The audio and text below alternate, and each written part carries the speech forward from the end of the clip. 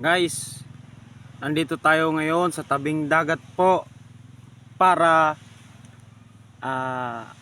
manood po ng dumadaong na mga bangka, no? So, bibisitahin natin sila. Mamaya-maya nandyan na gani sila, oh. Yan. So, zoom natin para makita po natin yung mga katropa natin, no? Yan po ang buhay mangingisda. Yan. Yung isa nagluluto. Ayan, naglilinis po ng naglilinis nga po ng kaldero at naghahain ng makakain nila.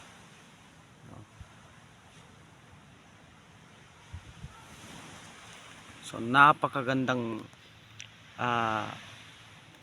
tanawin dito sa tabing dagat, no? Yan. Yung isa naman po, anong ginagawa niya?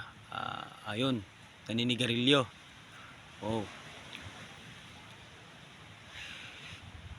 Yan.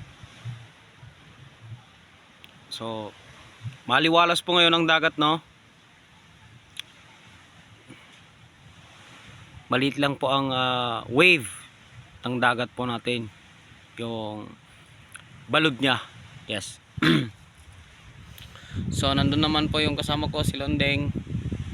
Kumukuha ng kahoy para maluto natin yung baon nating saging na kadaba, no?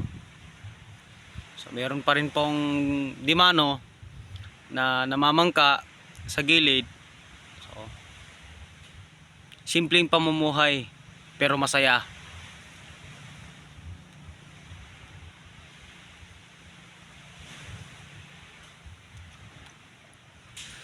Yun. So, yan po. Nanonood po yung iba sa atin na nasa bangka po. Yan.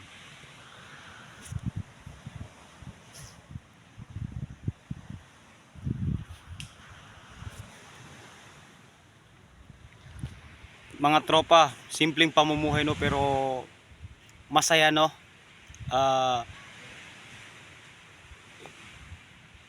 Walang hilig sa hindi sila mahilig sa material na bagay. Kanila po ay pangbuhay lang po sa kanilang mga pamilya. So paano na po yung halimbawa kung may haharang-harang pa sa kanila na mga vessel na bawal silang mangisda, so kawawa naman po sila, no? Ang bidyong ito po ay hinahandog ko po para po sa mga katropa natin na mangingisda. Yan po. So, ano po, no?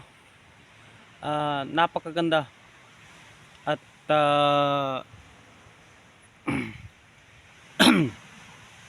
maliwalas talaga ang ang dagat ngayon.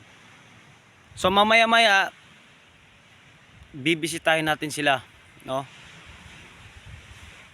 Kung ano yung buhay ng isang mamamangka. Salamat.